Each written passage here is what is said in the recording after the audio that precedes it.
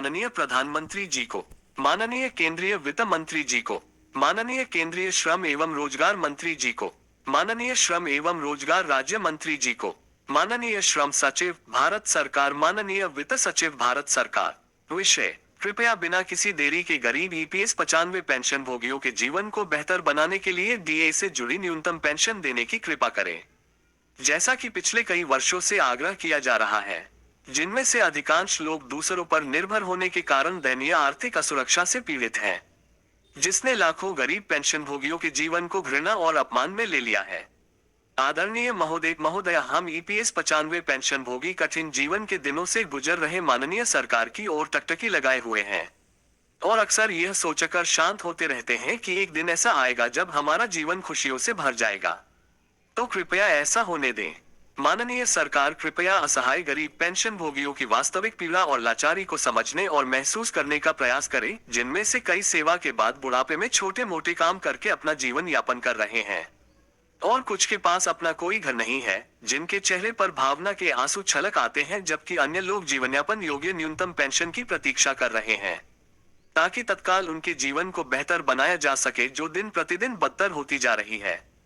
कृपया पेंशन भोगियों की अल्प पेंशन की आय गरीबी के प्रति अब तक जारी असंवेदनशीलता और अमानवीयता का अंत हो और स्थिर पेंशन की सीमित आय से आजीविका के अकथनीय अनकहे दुखों को कम किया जा सके। मृत्यु के बाद नरक की धारणा कहीं और नहीं मिलती है जब ऐसा उनके साथ हो रहा है, जबकि वे जीवित रहते हुए इसका स्पष्ट रूप से अनुभव कर रहे हैं। यह मानव निर्मित नरक है जो कर्मचारी पेंशन योजना 1995 में परिकल्पित परिभाषित अंशदान परिभाषित लाभ की नीति द्वारा निर्मित है, एक अपूर्ण पेंशन प्रणाली जिसमें एक बार बिना संशोधन के निर्धारित पेंशन स्थिर हो जाती है, जीवन लागत सूचकांक से असंबद्ध हो जाती है और वास्तविक मजदूरी पर अनिर्धारित होती है, और पेंशन योजनाओं के तहत कुल पेंशन निधि अंशदायी सेवा पर भी अनिर्धारित होती है। क्या 1 सितंबर 2104 से पहले के इन वरिष्ठ ईपीएस 1995 पेंशन भोगियों के काले दिन, जो सबसे ज्यादा पीड़ित हैं, उनकी मांगों आवश्यकताओं को स्वीकार करके समाप्त किया जा सकता है, जो लगातार तीसरे कार्यकाल में कदम रखते हुए नागरिकों का दिल जीत रहे हैं? उनके सामने जवाब है।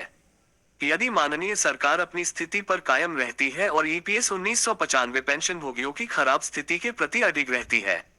तो निस्संदेह ये दर्शाता है कि औपनिवेशिक शासन द्वारा स्थापित श्रम शोषण प्रणाली मनुष्य के लिए दया पर निर्भर होकर जीवन जीना कोई सार्थक जीवन नहीं है, क्योंकि यह मृत्यु के समान है।